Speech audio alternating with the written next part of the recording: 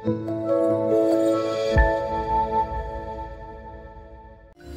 Mitra Lovers, Anda masih mendengarkan 104.9 Mitra FM Purwokerto All Day All Hits. Dan sekarang kita masuk di segmen Beranda Islami ya. Seperti biasa Mitra Lovers, setiap hari Kamis pukul 5:30 sampai dengan 5:30 sore. Dan hari ini bertepatan di tanggal 11 Juli 2024 Mitra Lovers, saya kembali temani Anda di Beranda Islami ya.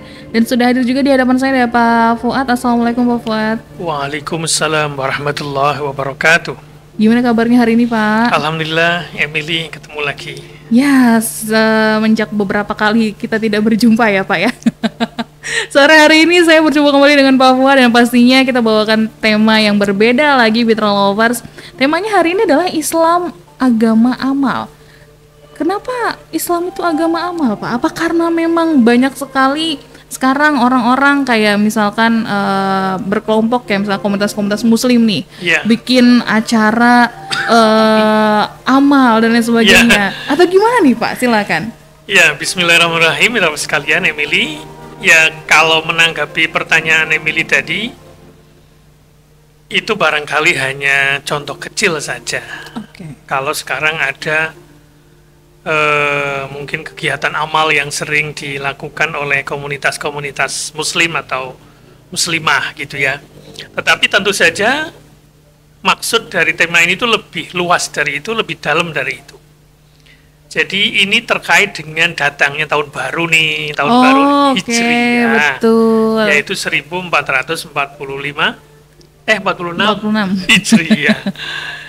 Nah, ini perlu kita terus pahami dengan perspektif baru, dengan ya barangkali kita kaitkan dengan kehidupan kekinian ya, supaya kemudian kita bisa terus-menerus merefresh pemahaman kita terkait dengan peristiwa-peristiwa penting dalam agama Islam.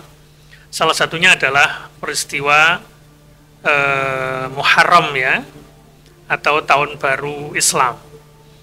Nah, kenapa saya mengambil tema Islam agama amal? Ini sesungguhnya memang kita berangkat dari kenapa kok kalender Islam itu bukan dimulai dari kelahiran Nabi Muhammad SAW. Ya.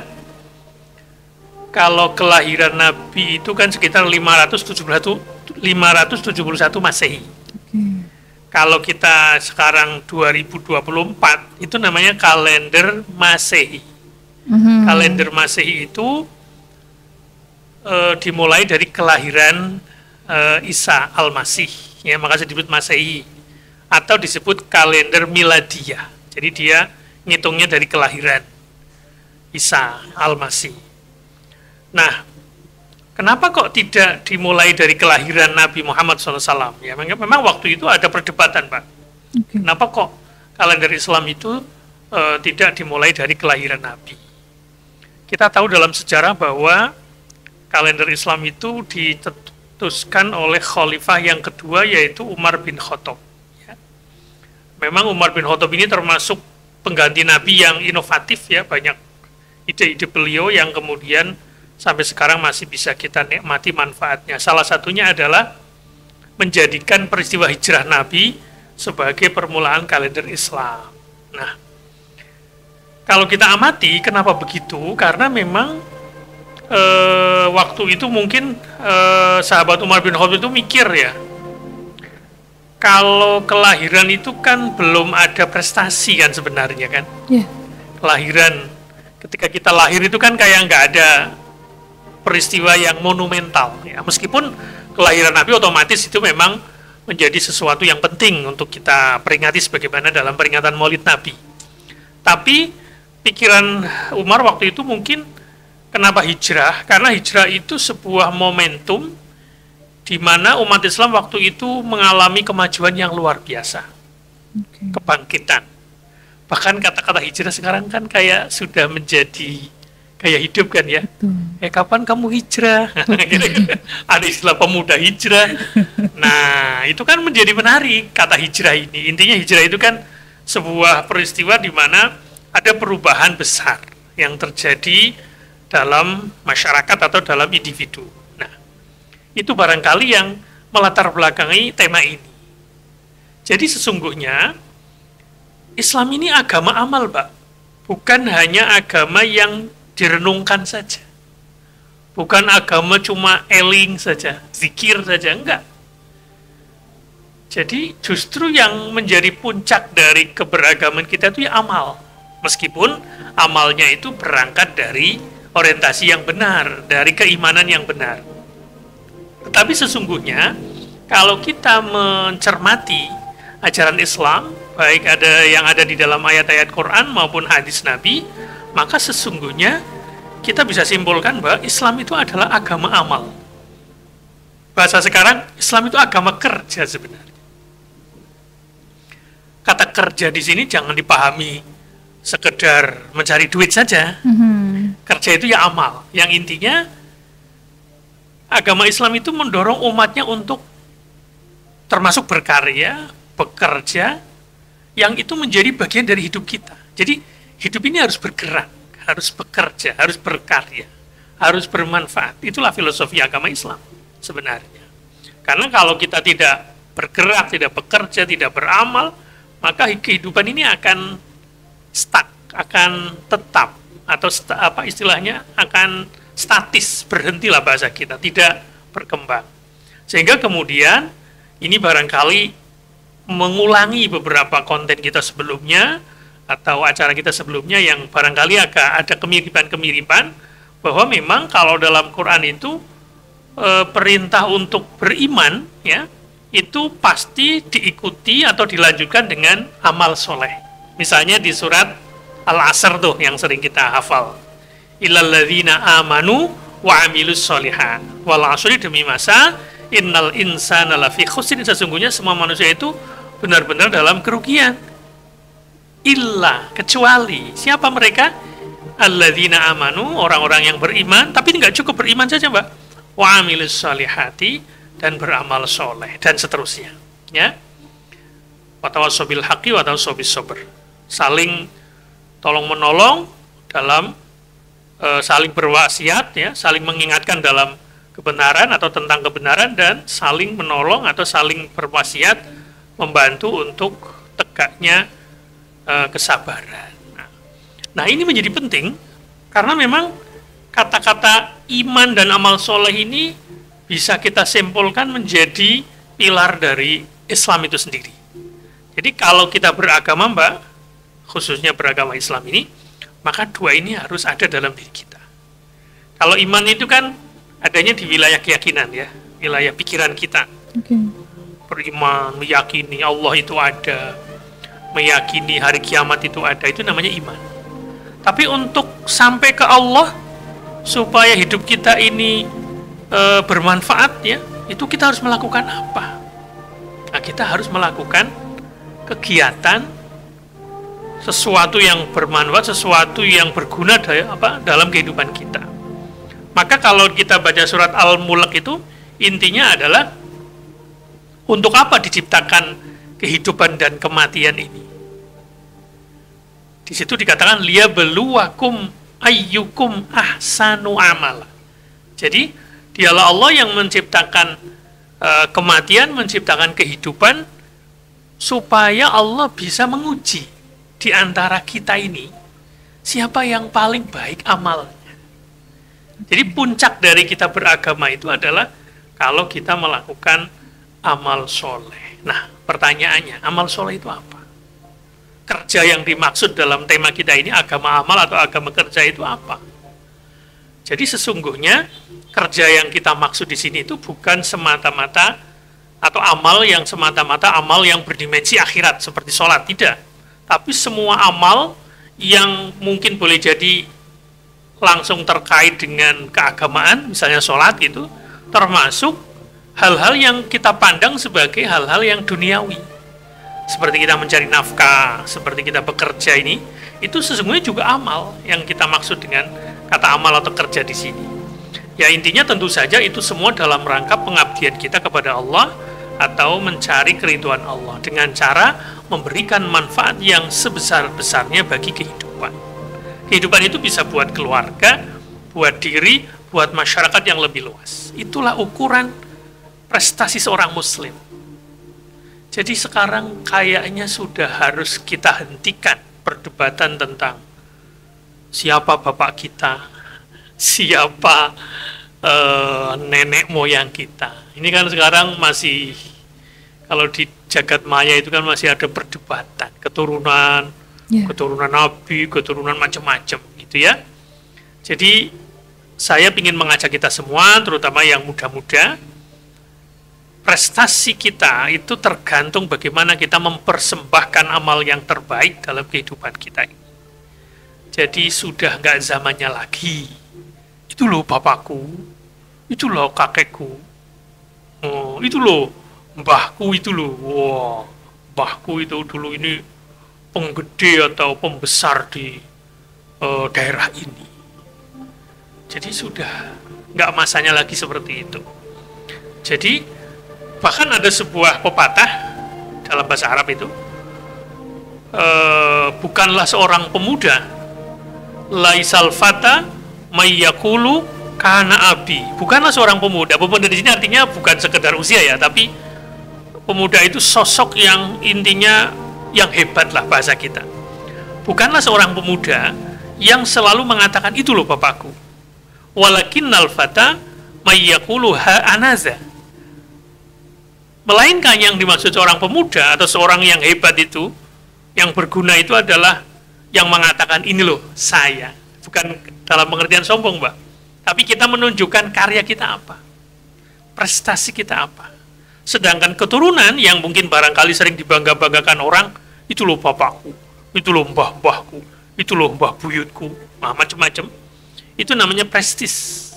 Jadi keturunan siapa, keturunan ras apa, itu namanya prestis. Nah, sedangkan amal itu prestasi.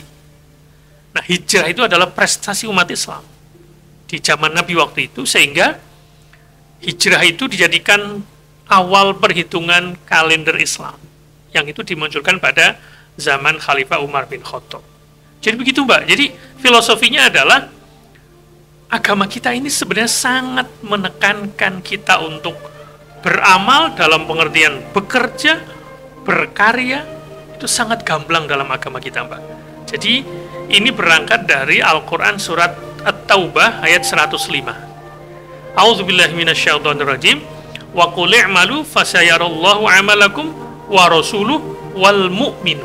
Artinya, dan katakanlah, bekerjalah kamu, beramallah kamu, maka Allah dan Rasulnya serta orang-orang beriman akan melihat pekerjaanmu itu. Jadi itu pesan yang menurut saya perlu kita selalu hadirkan dalam memahami agama kita ini, bahwa Islam ini adalah agama kerja, agama amal, bukan agama angan-angan, bukan agama mimpi, bukan agama yang hanya membanggakan masa lalu, membanggakan keturunan siapa, bukan.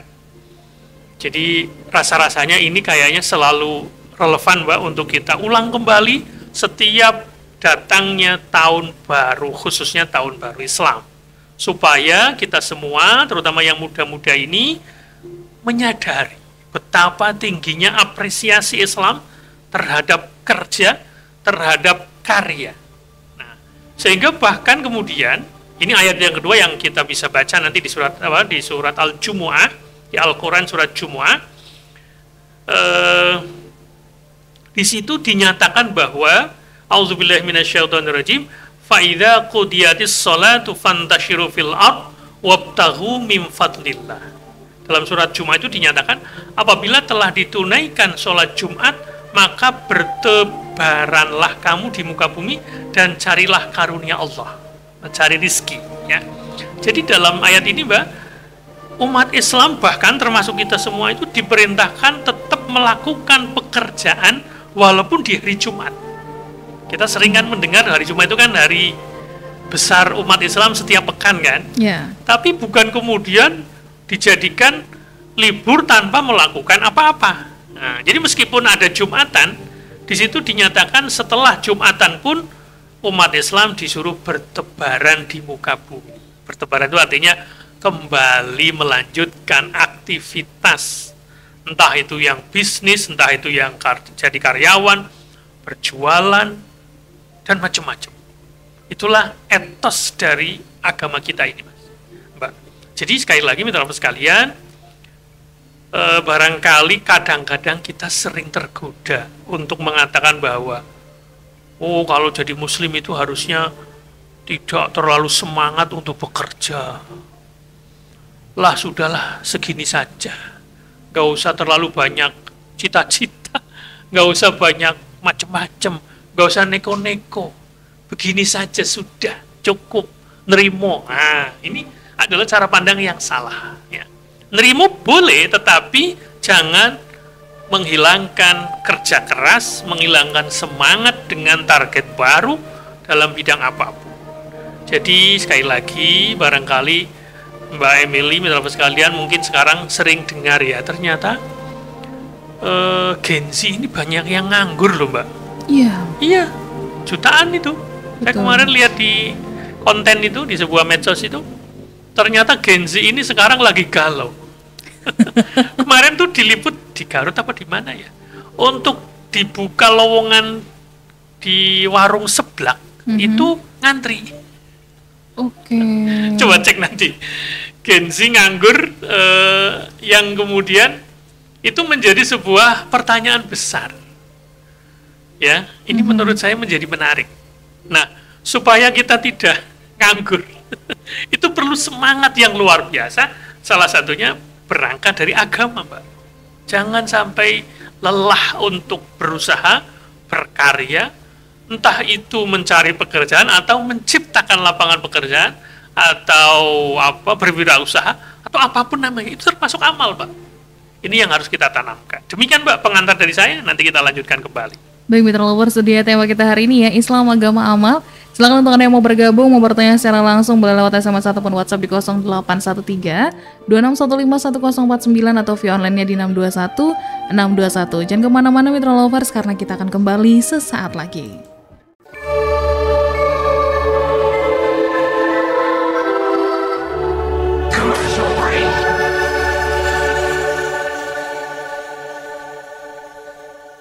Baik, Mitra Lovers, Anda masih mendengarkan Beranda Islami sampai nanti di jam 5:30 sore ya. Masih dibuka kesempatan untuk Anda yang mau bergabung.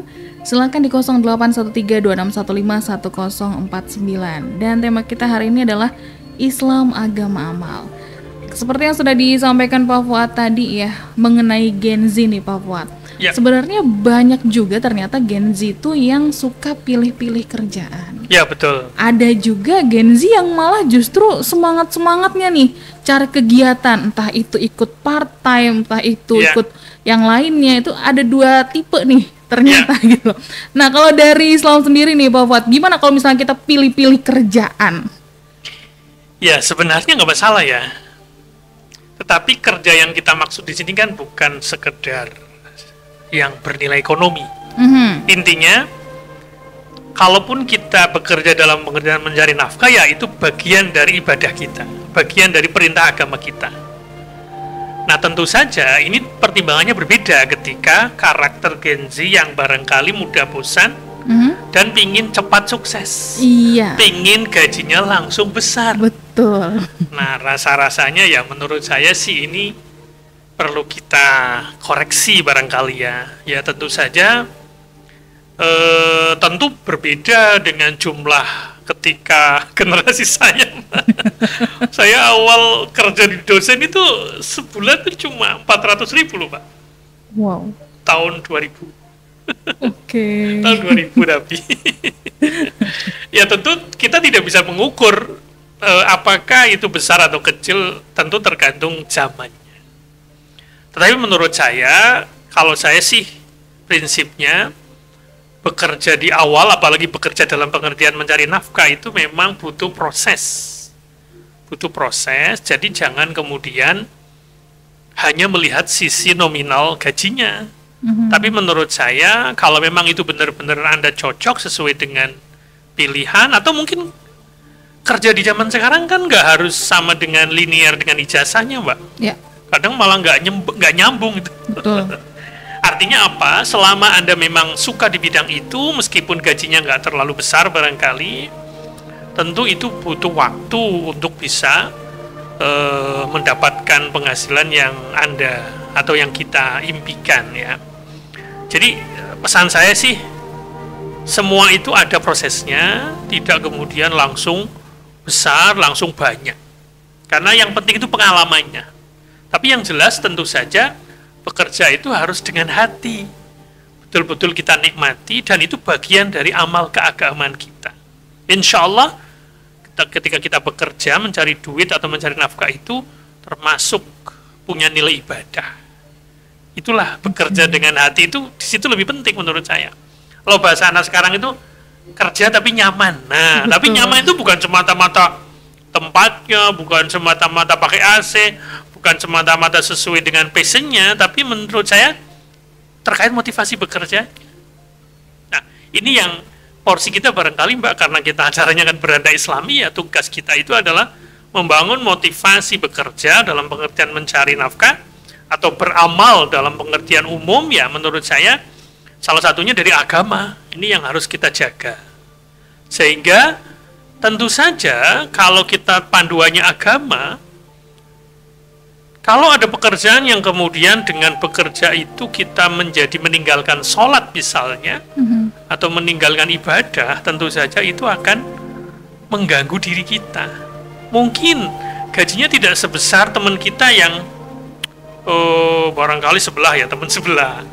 Tapi di sana dilarang Jumatan, di sana nggak ada waktu sholat. Misalnya, di sini meskipun lebih kecil ya, tapi kita masih bisa menunaikan ibadah. Barangkali secara keberkahan lebih bagus yang di tempat kita daripada teman kita. Itulah cara menilainya. Jadi jangan karena kita ingin dapat duit banyak, kita kemudian mengorbankan sisi spiritualitas kita atau sisi keberagaman kita. Barangkali itu Mbak Emily. Oke. Dan kita lanjutkan ya. Jadi kembali lagi mitra sekalian, Mbak Emily, bahwa memang apresiasi agama kita terhadap kerja, karya, atau amal itu tadi sebagaimana kita baca di surat Al-Jumu'ah, kemudian di surat At-Taubah itu sangat jelas. Bahasa Jawanya itu cetho welo-welo. Cetho welo-welo. Nah, kemudian saya akan tambahkan bagaimana anjuran agama kita tentang bekerja ini dari hadis Nabi. Jadi dalam sebuah kesempatan Nabi itu pernah bersabda begini, Pak.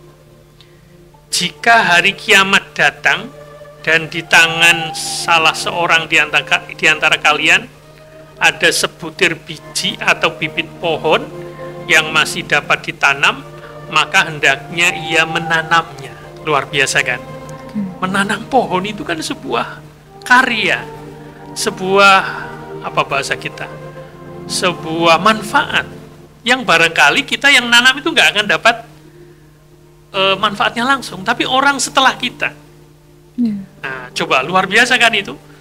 Nah, oleh karena itu, tolong kata kerja di sini atau amal di sini jangan dimaknai selalu mencari duit saja, tapi termasuk misalnya Mbak Emily, ketika kita mampu membantu orang lain, meskipun tidak dibayar. Jadi jangan dimaknai bekerja beramal itu selalu yang dibayar. Jadi kalau Anda misalnya punya tugas dalam kehidupan sehari-hari yang itu bermanfaat buat banyak orang, dari mulai di jalan raya, kemudian di manalah terserah lah ya, di tempat kerja kita misalnya, kita bisa bermanfaat buat banyak orang, terkait dengan ilmu kita, tenaga kita, tergantung. Informasi barangkali, memberikan sesuatu kepada orang lain, itu juga termasuk amal. Nah, itulah yang menurut saya harus kita coba bangun dalam diri kita. Nah, yang menarik, ini kita kembali ke catatan-catatan agama kita. Misalnya ini menurut saya menjadi penting ini. Jadi dalam agama kita ini, seseorang itu, kecuali kalau dia memang sakit ya, karena ada kondisi tertentu yang tidak mungkin bekerja. Tapi kalau kita sehat ya, dalam pengertian secara badan kita ini ya nggak ada masalah gitu ya, nggak ada masalah ya, maka kita jangan kemudian, kalau dalam bahasa Jawanya itu anggur-angguran. Kita harus coba bekerja ya, bahkan ini menjadi sebuah kewajiban. Jadi ketika kita bekerja itu adalah kewajiban, panggilan agama, sebagaimana digambarkan oleh Nabi.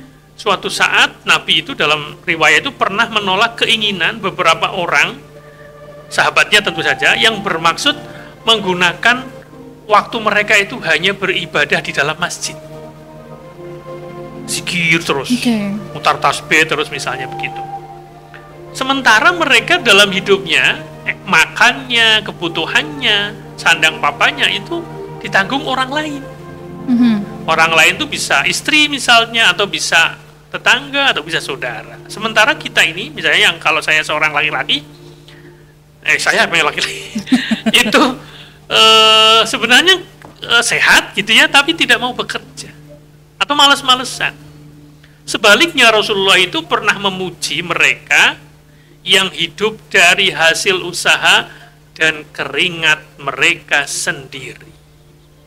Bahkan dalam sebuah riwayat dinyatakan bahwa Nabi itu pernah mencium tangan orang yang bekerja keras. Mungkin kalau di zaman sekarang ya mungkin kuli bangunan, atau di zaman dulu itu misalnya dia itu pencari kayu bakar gitu ya.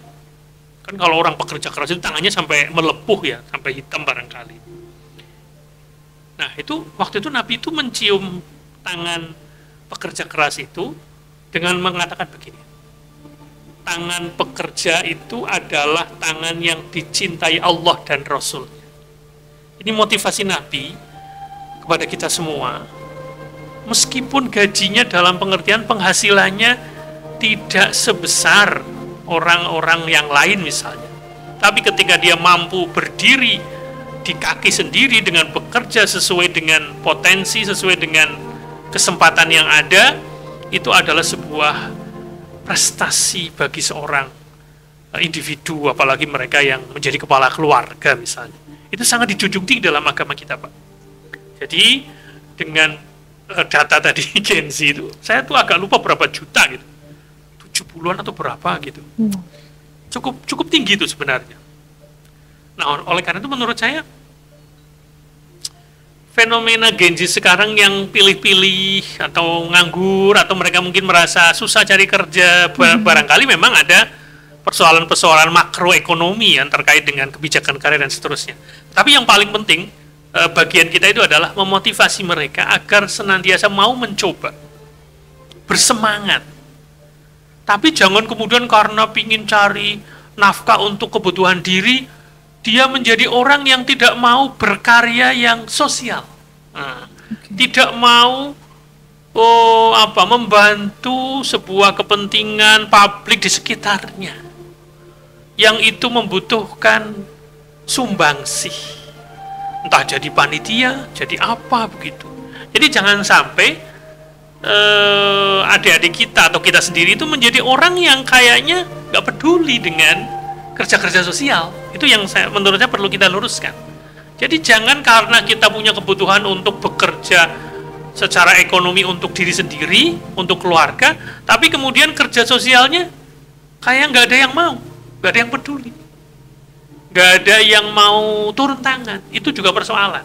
Nah, oleh karena itu menurut saya, insya Allah kalau kita menjadi orang yang ringan tangan, bukan dalam pengertian memukul ya, artinya gampang membantu untuk kepentingan-kepentingan yang boleh jadi itu tidak dibayar. Bahasa kita kerja sosial. Entah itu jadi panitia pembangunan masjid, jadi panitia donasi amal, jadi macam-macam. Jadi pubdek dog ya kalau di desa atau di kampung atau di warga gitu ya. Nah itu menurut saya juga kerja juga gitu loh. Jadi jangan dimanai kerja di sini, yang penting cari duit saja. Ada orang begitu tuh. Jadi dalam kehidupan sehari-hari dia kerja dari pagi sampai malam. Disuruh jadi ketua RT nggak mau. Disuruh jadi panitia ini nggak mau. Udah capek. Kayak gitu. Nah kalau semuanya begitu gimana itu? Ya kalau mereka yang sudah sepuh oke lah. Tapi yang masih muda-muda, yang masih energik, jangan cuma habiskan waktunya untuk kerja ekonomi dalam pengertian untuk menghasilkan uang saja, tapi juga termasuk kerja amal yang bernilai sosial. Begitu Mbak, nanti kita lanjutkan kembali. Baik, Better Lovers, lanjutan pembahasan kita sore hari ini ya tentang Islam agama amal. Silakan masih ada waktu untuk Anda yang mau bergabung di 081326151049 atau via online-nya di 621621. Masih ada satu sesi lagi Better Lovers, jadi jangan kemana-mana, keep stay tune online Mitra FM Purwokerto.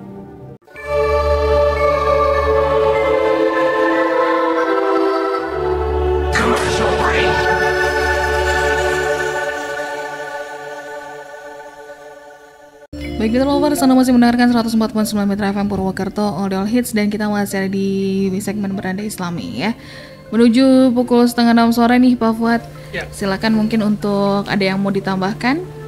Baik, Mitra sekalian, Emily, kita barangkali sedikit memperkuat kembali bahwa memang dalam sejarah ya, terutama ketika Nabi kita Muhammad SAW itu sebelum diangkat sebagai nabi ya, itu beliau memberi keteladanan ya sebagai seorang pekerja keras ya, termasuk ketika beliau sudah jadi nabi, beliau juga bekerja dengan perencanaan yang matang. Beliau selalu mempersiapkan dan merencanakan hal-hal yang diperlukan sebelum melakukan sesuatu tindakan, tetapi dengan tetap berpegang teguh pada sebab akibat. Jadi ada hukum sebab akibat. Jadi jangan kemudian dalam hidup ini kita mengabaikan hukum sebab akibat. Artinya secara rasional dalam kehidupan kita ini kan siapa bersungguh-sungguh dia sukses. Nah, kira-kira begitu. Jadi jangan memahami lah nanti kalau memang saya dapat kerja kan nanti tahu-tahu dapat. Jadi harus berusaha gitu loh ya. Jadi bertawakal, menyerahkan diri kepada Allah setelah kita berusaha sekuat-kuatnya.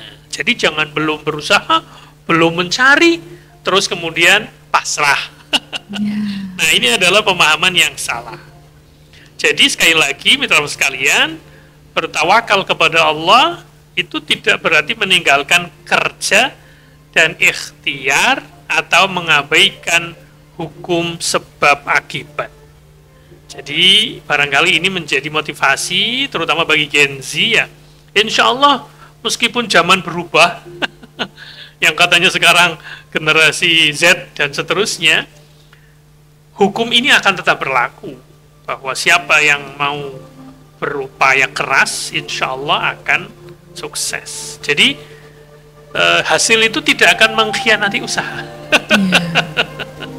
Ya, tapi tentu saja tidak ada usaha yang langsung berhasil. Nah, kira-kira begitu. Jadi, sekali lagi, tawakal yang benar itu adalah langkah lanjutan setelah kita melakukan persiapan, perencanaan, dan usaha. Nah, ini sesungguhnya mengingatkan kita sebagai seorang muslim, ya, apa istilahnya, dalam hidup ini, supaya kita selalu menumbuhkan kekuatan spiritual. Ya. Jadi kita ingat bahwa Allah itu sudah berjanji kepada kita, sudah menjamin ya, bahwa setiap yang melata di muka bumi ini akan dijamin rizkinya. Wa ma min dabbatin fil ardi illa 'alallahi rizquha. Jadi semua yang merangkak di muka bumi ini, mau semut, mau cicak, itu sudah dijamin Allah rizkinya. Cuma kita perlu untuk menjemputnya, bekerja keras, bergerak, gitu ya. Jadi kalau cicak itu kan di tembok ya Mbak, ya. Kok dia bisa dapat makanan ya? Dilala ada nyamuk ke situ kan? Iya kan? Jadi kita nggak usah terlalu overthinking juga. Waduh, jutaan Gen Z nganggur. Nah, terus besok saya dapat apa? Jangan juga begitu, gitu loh ya. Tapi juga jangan terlalu santai, akhirnya kemudian Anda tidak berani bersaing, tidak berani mencoba, itu juga salah gitu. Memang betul ya, kita nggak boleh pesimis karena setiap makhluk Allah itu yang bernyawa itu akan dijamin makan. Tapi kan kita nggak kepingin seperti orang yang sekedar makan. Kita punya pikiran, saya pingin kebutuhan saya, pekerjaan saya juga memperhatikan istirahat, memperhatikan ibadah. Nah, kalau kita memilih pekerjaan yang sesuai dengan pilihan kita, passion kita, tentu harus ada effort yang lebih tinggi daripada mereka yang sekedar bekerjanya untuk memenuhi sesuap nasi. Nah, jangan sampai kita bekerja kemudian terpaksa gitu ya, tidak menikmati pekerjaannya. Itu tidak bisa kita harapkan itu. Nah, begitulah barangkali mitra sekalian, Mbak Emily, kita harus mengubah diri kita ya sebelum Allah mengubah kita ya. Jadi apapun informasi yang tadi mohon maaf ya kita sampaikan karena kan kita sering baca juga kan. Ya. Jutaan Gen Z nganggur gitu ya. Untuk satu posisi saja sekarang pelamarnya banyak. Betul. Mau jadi PNS, mau jadi apapun, sekarang pesaingnya banyak kan? Betul. Mau jadi entrepreneur juga pesaingnya banyak. Nah, kalau kita mikirnya begitu terus, kapan melangkahnya? Iya sih. Nah, oleh karena itu mitra sekalian, barangkali tema kita ini bisa kembali memberikan nyala, bahasa sekarang ya. menyala bosku. Semangatnya harus dinyalakan. Itulah spirit dari hijrah tahun baru Islam yang mungkin baru beberapa hari yang lalu kan, masuk 1446 apa namanya? Hijriyah. Demikian Mbak Emily, semoga bermanfaat. Wassalamualaikum warahmatullahi wabarakatuh. Waalaikumsalam warahmatullahi wabarakatuh. Baik mitra lovers, selesai sudah Berandai Islami untuk hari ini. Terima kasih sekali untuk Anda yang sudah mendengarkan dari awal sampai selesai sekarang. Dan jangan lupa selalu dengarkan Berandai Islami setiap hari Kamis jam 4:30 sampai dengan 5:30 sore hanya di Mitra FM Purwokerto.